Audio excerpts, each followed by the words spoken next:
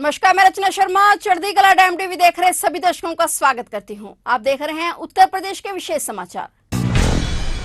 भारत की जीवन धारा के साथ ही मोक्षदायिनी व जीवनदायिनी के नाम से सुशोभित गंगा नदी के अवतरण दिवस यानी गंगा दशहरा का पर्व उत्तर प्रदेश में काफी धूमधाम से मनाया जा रहा है। कोरोना संक्रमण काल के दौरान 2 वर्ष तक तमाम पाबंदियों के कारण गंगा दशहरा मनाने से वंचित लोगों ने इस बार हापुड़ से लेकर वाराणसी तक गंगा नदी में पुण्य की डुबकी लगाई है। लोग तड़के ही गंगा नदी के तट पर एकत्रित हो गए और पुण्य की डुबकी लगाई। वाराणसी में गंगा दशहरा पर श्रद्धालु बड़ी संख्या में उमड़े। बंदायूं में भी कचला घाट पर गंगा नदी में बड़ी संख्या में लोगों ने गंगा दशहरा पर्व पर स्नान किया। इसके बाद पूजा पाठ कर दान पुण्य का सिलसिला चला। आज 12 बजे तक स्नान दान का विशेष मुहूर्त था। वहीं गंगा दशहरा के पावन पर्व पर यूपी के सीएम योगी आदित्यनाथ ने प्रदेशवासियों को गंगा दशहरा की बधाई दी। सीएम योगी ने ट्वीट कर कहा कि राष्ट्र नदी जीवनदायिनी मां गंगा के पृथ्वी पर अवतरण दिवस गंगा दशहरा के सभी प्रदेशवासियों व श्रद्धालुओं को आनंद, बधाई एवं शुभकामनाएं।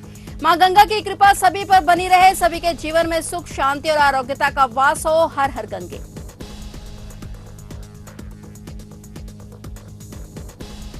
केंद्रीय मंत्री स्मृति ईरानी ने अमेठी की बेटी से किया अपना वायदा पूरा किया है और उनके प्रयास से छात्रा नीतू मौर्य भारतीय अंतरिक्ष अनुसंधान संगठन यानी इसरो के लिए आज बृहस्पतिवार को रवाना हो गई है। नीतू मौर्य ने इसरो रवाना होने से पहले अपने घर पर पूजा की और उसके बाद गाजे बाजे के साथ नीतू को इसरो के लिए रवाना किया गया। और दरअसल 10 मई को जिले के एक स्कूल की छात्रा की भारतीय अंतरिक्ष अनुसंधान संगठन जाने की इच्छा पर केंद्रीय मंत्री स्मृति ईरानी ने तुरंत कहा था कि वे खुद उसे अगले महीने इसरो लेकर जाएंगी। भारतीय जनता पार्टी के जिला अध्यक्ष दुर्गेश त्रिपाठी समेत गांव के लोगों ने बृहस्पतिवार यानी आज नीतू मौर्य को तिलक लगाकर और माला पहनाकर इसरो के लिए रवाना किया।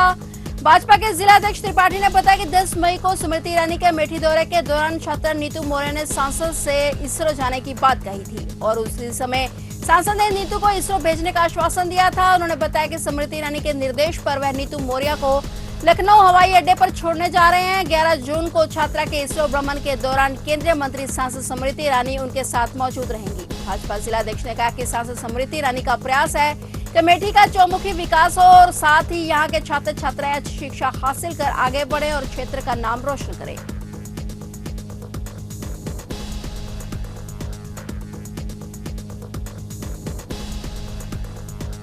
उत्तर प्रदेश में देवरिया जिले के वरिष्ठ समाजवादी नेता और पूर्व सांसद हरिवंश सहाय का आज गुरुवार को उपचार के दौरान गाजियाबाद में 85 वर्ष की अवस्था में ही निधन हो गया। सहाय देवरिया जिले की भाटपा रानी विधानसभा क्षेत्र से 4 बार विधायक चुने गए थे तथा 1 बार सलेमपुर संसदीय सीट से सांसद चुने गए थे। वे लंबे समय से बीमार चल रहे थे। उनका उपचार गाजियाबाद के एक अस्पताल में चल रहा था। उनके निधन की खबर मिलते ही सलेमपुर और भाटपा रानी की जनता में शोक की लहर दौड़ गई। सहाय भाटपा रानी तहसील क्षेत्र के रामनंदपुर गांव के मूल निवासी थे। सहाय ने 1967-68 में पहली बार जनसंघ से भाटपा रानी विधानसभा सीट से चुनाव लड़े थे। वर्ष 1996 में वह पहली बार समाजवादी पार्टी से लोकसभा क्षेत्र सलेमपुर से सांसद बने थे। उत्तर प्रदेश के कानपुर जिले में 3 जून को जुमे की नमाज के बाद भड़की हिंसा मामले में उपद्रवियों का नया सीसीटीवी फुटेज सामने आया है। इसमें उपद्रवी खड़ी बाइक को तोड़ते हुए नजर आ रहे हैं। हालांकि कानपुर पुलिस ने उपद्रवी की दूसरी लिस्ट भी जारी कर दी है। वहीं आज पुलिस ने हिंसा के मास्टरमाइंड हयात जफर हाशमी से जेल में पूछताछ की है। सूत्रों की माने तो हयात जफर हाशमी के बैंक खातों से 47 करोड़ 68 लाख रुपए का लेन देन हो चुका है। पुलिस ने कोर्ट से हयात जफर हाशमी को रिमांड में लेकर पूछताछ करने की मांग की है। विदेशी फंडिंग को लेकर जल्द ही प्रवर्तन निदेशालय जांच कर सकता है। गौरतलब है कि शहर में हुई हिंसा मामले में अब तक 54 उपद्रवियों की गिरफ्तारियां हो चुकी हैं। फिलहाल पुलिस लगातार आरोपियों की गिरफ्तारी के लिए दबिश दे रही है।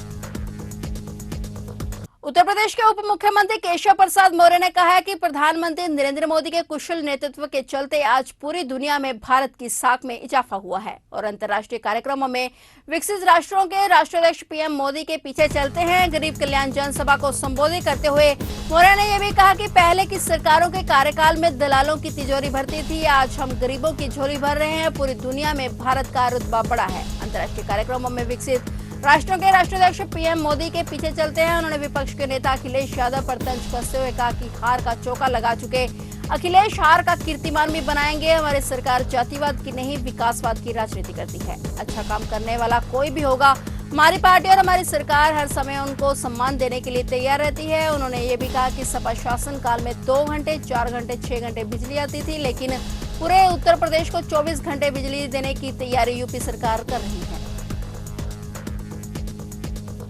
फिलहाल उत्तर प्रदेश के विशेष समाचारों में इतना ही, और नए समाचारों के साथ फिर से हाजिर होंगे। तब तक के लिए देखते रहिए चढ़ती कला टाइम टीवी और मुझे दीजिए इजाजत। धन्यवाद।